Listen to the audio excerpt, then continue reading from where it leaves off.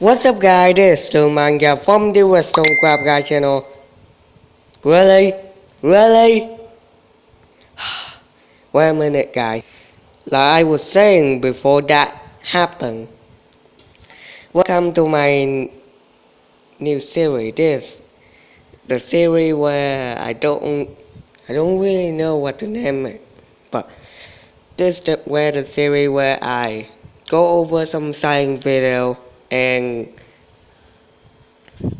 point out some hole in the point because nothing is perfect. So today I'm going to try to point out 8 superpower that will actually suck. I have watched this one and I found a bunch of holes in it. So yeah, let's do this. Considering it's no longer possible for Hollywood to go 5 minutes without releasing another superhero movie, it's pretty safe to assume that most of us have fantasized about a superpower that would make our lives so much better. Unfortunately, as well as great responsibility, great power also comes with a big old list of caveats and drawbacks. You can set fire to Earth's atmosphere and destroy all human life as we know it. I'm Stevie from WhatCulture.com, and here are 8 superpowers that would actually suck. Number 8. Invisibility. Pro tip, if someone says their ideal superpower would be invisibility, there is an 83% chance that they are at least a little bit of a creep. Anyway, whether you're using your invisible superpowers for good or ill, sneaking into the ladies' changing rooms would essentially be pointless, as the power of invisibility would likely render you completely blind. Your eyes work by reflecting light into your retina. Okay. That's the point where they get it wrong. Your eye will blind if you are invisible. Okay, that's correct. Which is then picked up by rods and cones, allowing you to see. However, presuming your eyeballs are as invisible as the rest of you, the light would pass straight through them and you would be plunged into a life of eternal darkness. Okay, that is the reason why we're blind when we are invisible. But there are holes to that. You don't have to make yourself invisible. You could have just make invisible clothes that cover all your body part. But your eye, you need to use a special invisible glass that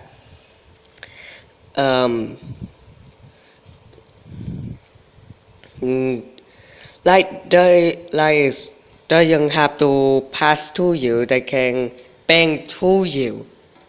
That is possible. Light can be bent. I'm not gonna talk too much about that detail because that would take a long time. So, when you bend and light around you, you're still blind, but there is a way to make your eye not blind. Is to let a little bit of light into your eye. Like just a little bit. A little bit won't. First of all, a little bit will not make your eye blind. Second of all, your eye is still invisible. It's just easier to see. Easier to see doesn't mean it's still hard to see. So yeah. But basically, you're really hard to be seen if your eye is invisible like that. Okay, carry on. Number 7. Super speed. So the Flash can supposedly run as fast, or faster depending on who you're talking to, than the speed of light. This super speed, however, comes at a price, and we can blame Einstein for this one. According to special relativity, an object's velocity will affect the speed at which time passes for them. Basically, the faster you go, the slower time appears to run, and time will slow down exponentially as you approach the speed of light. The upshot of this is that your friends and loved ones will appear to wither, age and die at a faster rate than you. That's if the friction of the air around you didn't cause your skin to attractively slough off. Number 6. Okay, there's clearly a hole in that. Super speed, I don't know why, but super speed don't have anything to do with run at the speed of light. Is that really necessary? You have to run at the speed of light? Why don't you just run at the speed of sound? or maybe a little bit slower because that might cause problem. Why don't you run at the speed of the fastest creature in the world, an eagle, 90 kilometers per hour? That is fast and not the speed of light. See? Do you have to travel at the speed of light? Is that really necessary? Teleportation.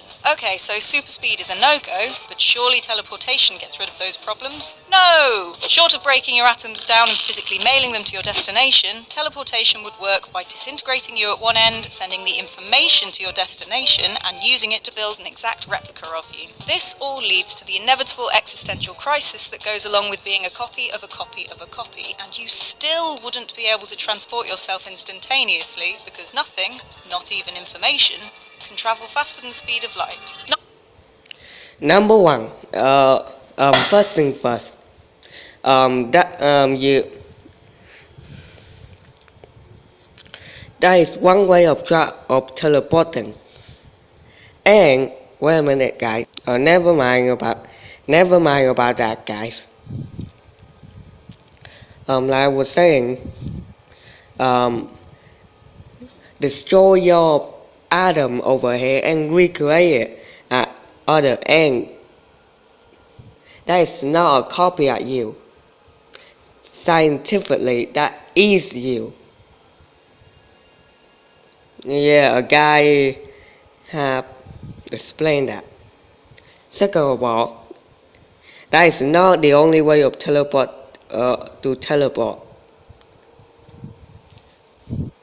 You can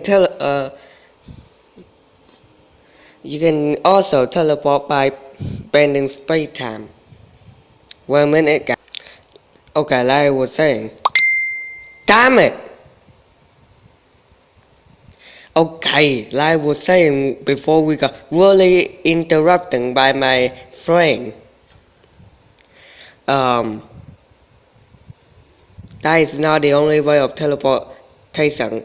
To teleport, you can bend space-time to teleport, and you can bend space-time by creating a bubble of negative energy and positive energy.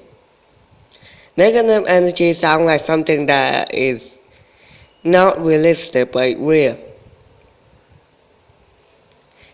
If you're able to do that, you can travel 10 times the speed of light. Negative energy is just energy from nothing. Yeah. Vacuum space, empty space, not empty like you think. The energy from those empty space, the negative energy. So yeah, 10 times the speed of light. Pretty impressive.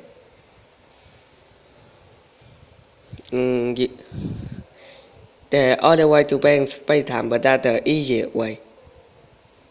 Carry on. Number 5. Talking to animals. Granted, a lot of the superheroes that can talk to animals are pretty lame, and perhaps there's a good reason why. Animals, by human standards, are idiots. It sounds mean, but there's definitely a reason why we're at the top of the food chain, and it's not because we have the biggest fangs and the sharpest claws. As much as we coo at the intelligence of other animals, their strengths do not lie in language, and the reality of talking to an animal will most likely consist of a series of broken nouns screeched at you at a high volume. Biscuits. Red biscuits. Black biscuits. Is that all you think about? They'll probably be telling you to either back off, bring food, or just sort of screaming. Being an animal is scary. Number 4. Okay, I agree with talking to those animals is not gonna work because they are not very smart. But there is a way to make them do what we want. First, ask them to do simple tasks and say to them that we're gonna reward them with something, and then they will do it. They care about food, drink, those things the most thing. Give them those things. Say, I will give you delicious food if you do this task. Yeah. easily. Time control. Wouldn't it be amazing? Rather than hitting snooze in the mornings, you could just hit pause on time instead and finally get a proper night's sleep until you suffocate moments later because all of the air is essentially frozen solid around you. Okay, perhaps air, for some reason, like joy in a good narrative, gets a pass, so you finally get up and decide to make some coffee. Flipping the switch on the kettle, you realise it doesn't work because the electricity doesn't flow in this one infinitesimal moment of frozen time.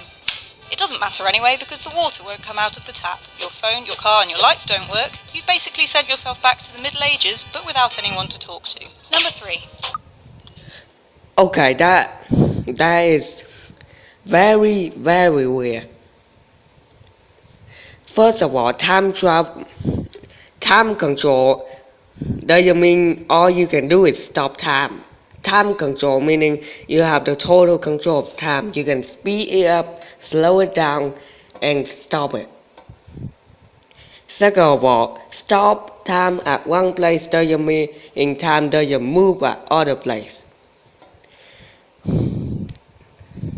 That is because Time beats at different rates throughout the universe. Time is relative. what I mean is, if you freeze time in this area, doesn't mean the time will freeze in other area. Meaning that will be no longer a problem. Like you want to stop there's some people in your house partying, you cannot sleep, you can freeze time, stop them from doing that, but the area around them, the time is still passing normal. So yeah, you can that explain why time freeze at the center of the black hole but doesn't freeze in other area. See, free time doesn't mean free the entire universe. That will be overpowered. For an example, watch this. Pure madness! This party never stops! Time is dead and meaning has no meaning! Existence is upside down and I reign supreme! As you guys can see, he stopped time in one area, but that doesn't stop time in other area. See what I mean? Welcome one and all to Weird But Get It! Free time doesn't mean you have to free the entire universe. So yeah.